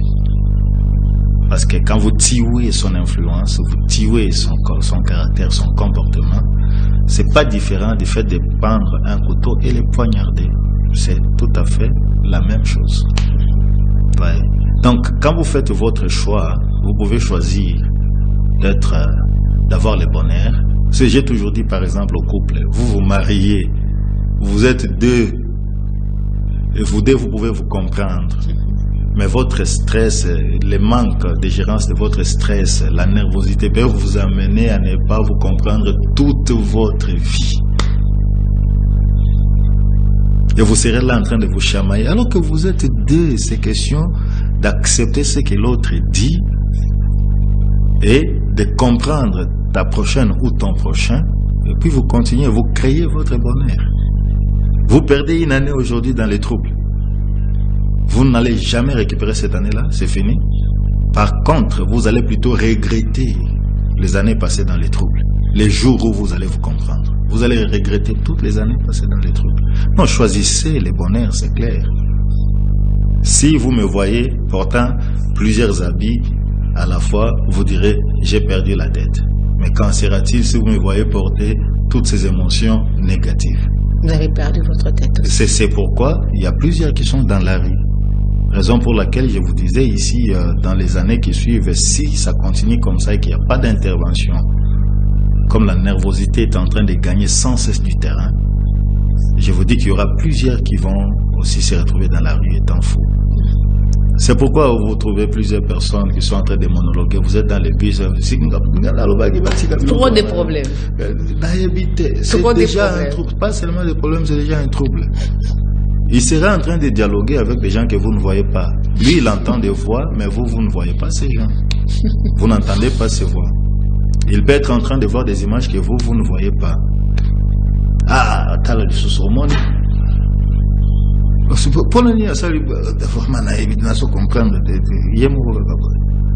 C'est simple. J'ai posé des questions aux gens. Par exemple, est-ce que vous êtes déjà retrouvé dans votre chambre? C'est votre chambre. Vous y étiez, vous êtes sorti. À un certain moment, vous rentrez encore dans la même chambre. C'est pourquoi ma chambre est désordonnée comme ça? Qui a mis les désordres? Vous voyez, c'est un trouble qui est en vous et cela a contaminé même votre chambre. Les raisons pour lesquelles les troubles que vous pouvez avoir, les stress que vous pouvez avoir, peut contaminer toute la famille, peut contaminer tout votre environnement. C'est ce qui explique que de fois la nervosité des parents, c'est déchaîne sur les enfants et on laisse la maison sans dessous. Et ça encore c'est pire. S'il faut toucher à ça, ce sera un autre dossier. C'est grave. C'est lui qui quitte la maison là qui part. Il part où? Au travail, il amène sa nervosité, il met tout le monde mal à l'aise et tout ça. Et même les femmes qui travaillent, par exemple, après qu'elles soient stressées au travail là-bas, quand elles rentrent à la maison, que le mari essaie seulement de dire quelque chose, ça va être compliqué. Ceux qui travaillent avec des... disons, c'est le monde et les messages. Oui, c'est le monde et les messages. Si j'ai dit les païens, ne m'en voulez pas vraiment. Sinon, je voulais dire que ceux qui travaillent surtout avec des païens, ce qui se passe dans des bureaux, c'est grave. C'est grave. La femme est obligée de faire face à ça. Et c'est une pression qui s'exerce sur elle. Indépendamment de sa volonté, quand elle rentre à la maison, elle sera sous pression. Elle risque d'avoir des enfants avec beaucoup de malformations. Pas seulement ça, elle va ingérer ses propres enfants chiens. Mais il n'y a qu'une chienne qui peut mettre bas à des chiots. Comment est-ce qu'une maman peut appeler son enfant? Elle oublie qu'elle est une être humaine. Et qu'en tant que telle, elle ne veut pas donner naissance aux chiots. Jamais. Troublé. Il y a des mamans chrétiennes qui font ça. Et peut-être les autres sont en train de nous suivre.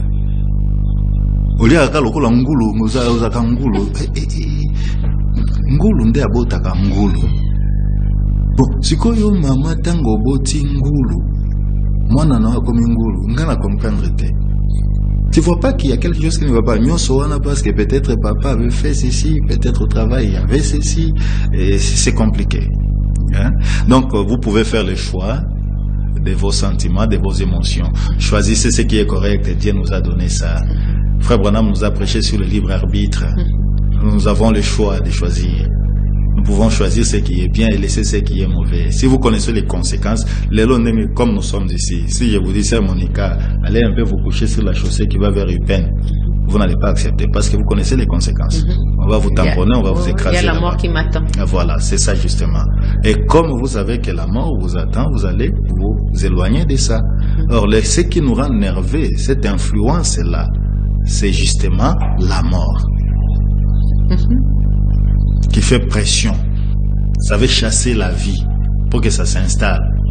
Une fois elle est installée, alors vous allez remarquer que les cheveux commencent à tomber. Vous allez remarquer que le langage commence à se déplacer. Vous allez remarquer que la dépression commence à s'installer. Vous allez remarquer que les ulcères de l'estomac commencent à s'installer. Vous allez remarquer que les problèmes du cœur commencent à se développer. Vous allez remarquer que les problèmes du sang commencent à se développer. Tout ça, ça montre déjà que la mort a chassé la vie et ça a pris place en vous. Ça commence à vous détruire petit à petit.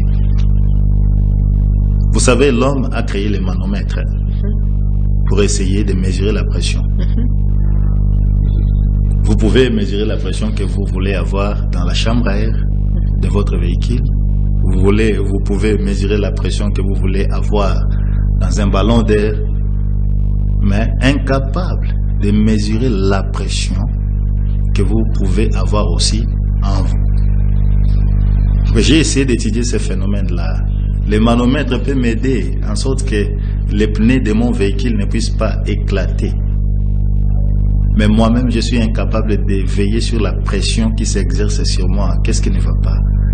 Si l'homme a été assez intelligent pour fabriquer quelque chose qui peut mesurer la pression et retenir ce qui est bien et repousser ou rejeter ce qui n'est pas utile, je peux aussi me maîtriser tout en retenant ce qui est bien et rejeter et repousser ce qui n'est pas utile. C'est-à-dire, je pense ce qui est correct pour moi, je pense que la parole de Dieu dit, je pense ce qui est positif, ce qui est négatif, en tout cas, je mets ça de côté. Il y a un destin pour chacun. Oui. Ce que chacun doit vivre, c'est que Dieu a tracé pour lui. Exactement.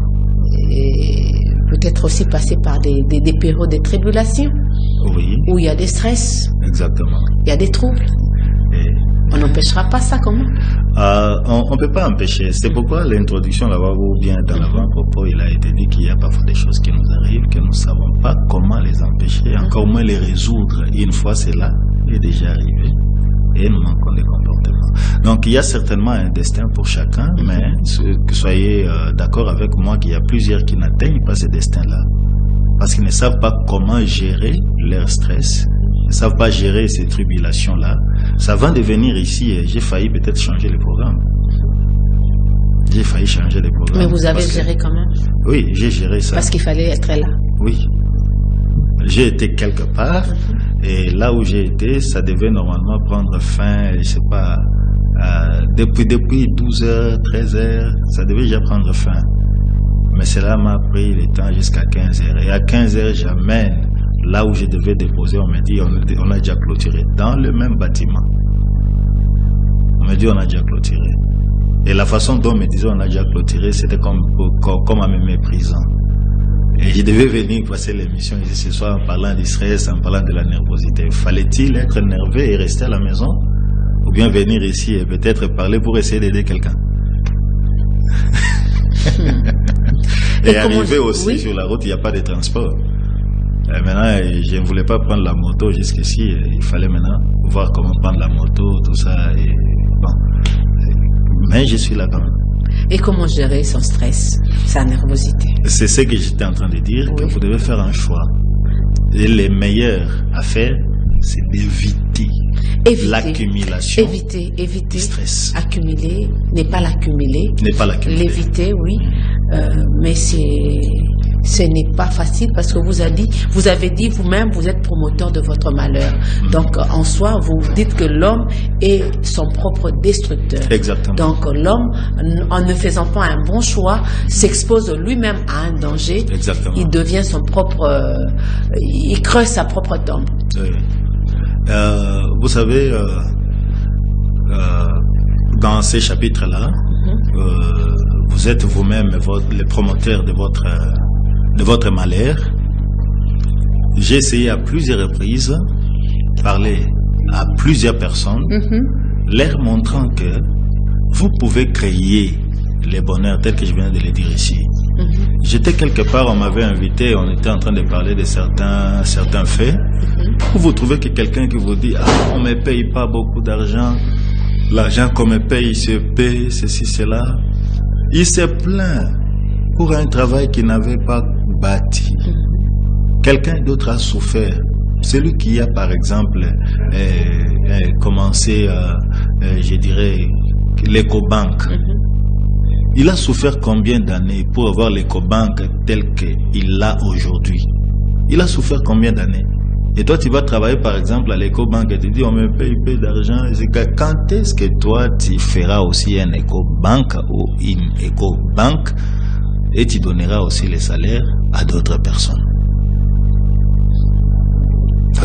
Vous devez être patient, même s'il y aura des tribulations, il faut savoir comment surmonter ces choses, accepter ce qui arrive tel que c'est déjà arrivé. En tant que fils de Dieu, en tant que fille de Dieu, il faut toujours retenir que Dieu ne pourra jamais faire quelque chose juste pour vous torturer. Tout ce que Dieu permet dans votre vie est important pour votre bonheur. Si vous ne comprenez pas ça aujourd'hui, vous le comprendrez plus tard. C'est pourquoi vous dites plus tard, nous comprendrons ce qu'il en est. Exactement, nous les chantons et c'est une chanson que nous aimons beaucoup. Pasteur Momo, me voici. Bati racheté. Me voici, c'est moi. L'homme qui a su combattre la nervosité, je peux le dire ainsi. Ou l'homme qui stabilise les stress et l'anxiété. Comme vous le voulez. Hein? Comme je le veux. Qu'est-ce qu'on peut retenir à la grande question ce soir? Pourquoi les hommes sont si nerveux? C'est parce qu'ils sont en train de mourir, c'est ça qu'il faut retenir. Donc vous êtes énervé parce que vous êtes en train de mourir. Frère Branham m'a raconté une histoire, c'est pourquoi à la couverture de ces livres, j'ai préféré mettre cette illustration. Vous voyez, il y a un lion, il y a un agneau.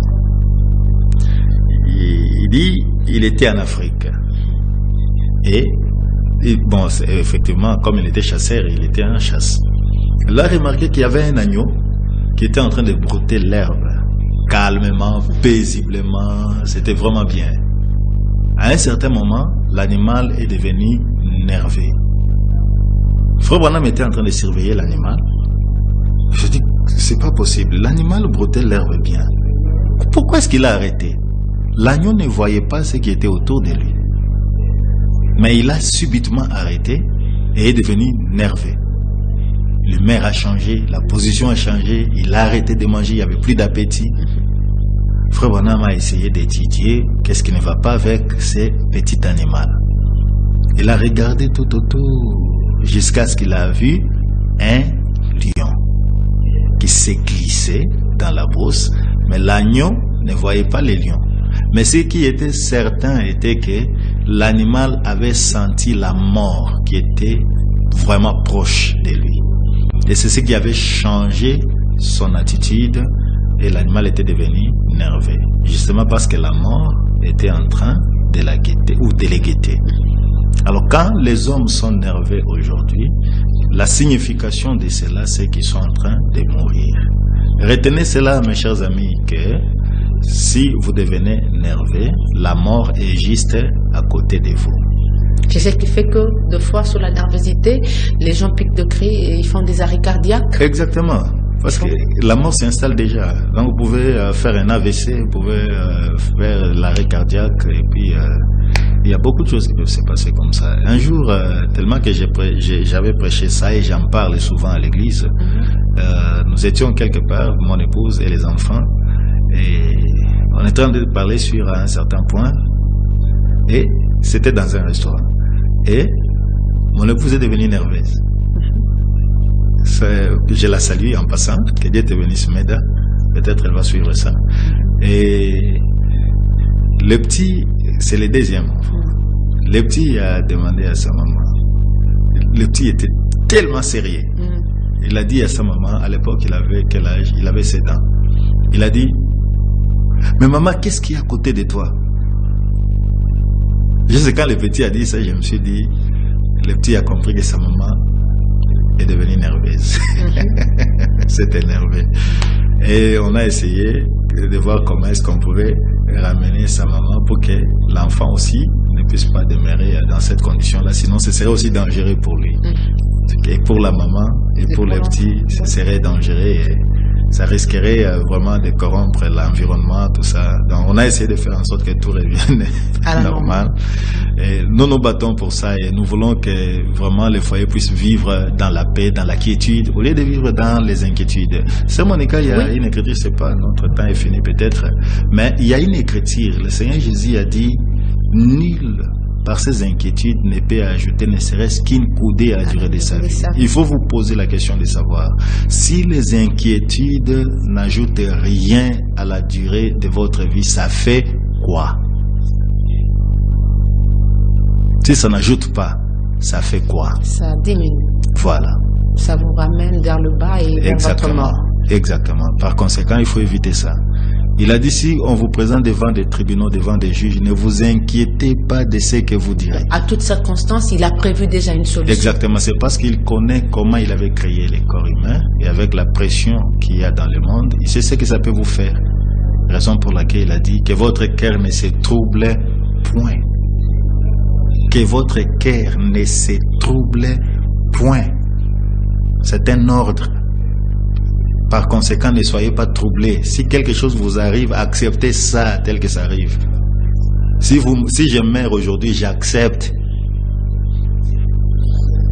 Waouh, c'est trop fort. Parce que vouloir ou pas, je quitterai le monde un jour, soit par l'enlèvement, soit par la mort. Donc, je m'attends à ça. Vous attendez à ça, vous êtes prêts? Oui, d'un moment à l'autre. Le pasteur Momo Bahati est prêt chaque fois. Oui. Que Dieu lui dira, soldat du Seigneur, je te récupère. Je rentre à la maison. Vous rentrez à la maison. Ouais. Et s'il arrivait qu'il faisait l'inverse, vous n'allez pas pleurer votre très cher? Oui, certainement, parce que c'est humain, non? Je vais pleurer. Si c'était l'inverse, je vais pleurer. Mais en pleurant, je vais me contrôler. Vous n'allez pas faire trop de... Parce que si j'ai prié, je dis, Seigneur, ramène mon épouse. Parce que je l'aime encore et je veux qu'elle soit avec moi.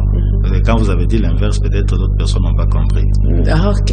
Je voulais pas m'accentuer parce que c'est pas bien. Oh non, c'est pas bien. C'est ce que je disais ici en disant que c'est pas bien. C'est pas bien comment?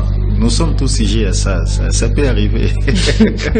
Pasteur, pourquoi vous avez changé les couvertures? Oui. La première version, c'est pourquoi êtes-vous nerveux? Oui. Il y avait une couverture de ce genre. Et dans cette seconde version, vous avez une couverture pourquoi? Oui. Si j'ai changé la couverture, c'est parce que d'abord, ces deux versions sont vraiment différentes. Il y a une version qui est purement scientifique. Il y a une autre version qui est plutôt religieuse et scientifique. C'est en l'occurrence de la première version. Il y a les citations du prophète Branham. Il y a les citations du prophète Branham, il y a les passages bibliques. Et il y a d'autres personnes, par exemple, qui ne veulent pas qu'on leur parle de la Bible. Vous voyez? Pourtant, nous avons des choses à leur donner qui peuvent les aider. Et il y a la parole. Il y a des choses plutôt dans la parole de Dieu, dans la Bible, dans les prophètes, qui peuvent les aider. Mais quand ils entendent Frère Branham, quand ils entendent la Bible, déjà ils sont découragés, ils ne peuvent pas accepter d'être aidés. Raison pour laquelle nous avons fait deux versions, une version qui est scientifique et une version qui est religieuse et scientifique. Donc, nous ne voulons pas que quelqu'un puisse trouver un obstacle. Et puis, on avait voulu que ces versions, ou plutôt ces livres, soient plutôt de moins de 100 pages, ou 100 pages tout au plus. Tout ça parce que je ne voulais pas, en voyant le volume du livre, que les lecteurs soient nerveux ou stressés. Pas stressés par le volume. Pasteur Momo Bahati, mais voici, nous sommes à la fin. Merci. Mais qu'est-ce qu'il faut retenir exactement de ce précieux livre? Pourquoi êtes-vous nerveux? Pourquoi les hommes sont si nerveux? Partant des conséquences ou de la réalité, des symptômes et des conséquences. Ce qu'il faut retenir, comme je venais de le dire sur Monica, est que quand vous vous sentez nerveux, sachez qu'il y a quelque chose qui fait pression sur vous. Et c'est quelque chose qui fait pression n'est rien d'autre que la mort. Alors, si vous continuez à vous laisser entraîner à vous laisser être entraîné par la nervosité, vous allez vous retrouver mort un jour. Ça peut être une mort prématurée.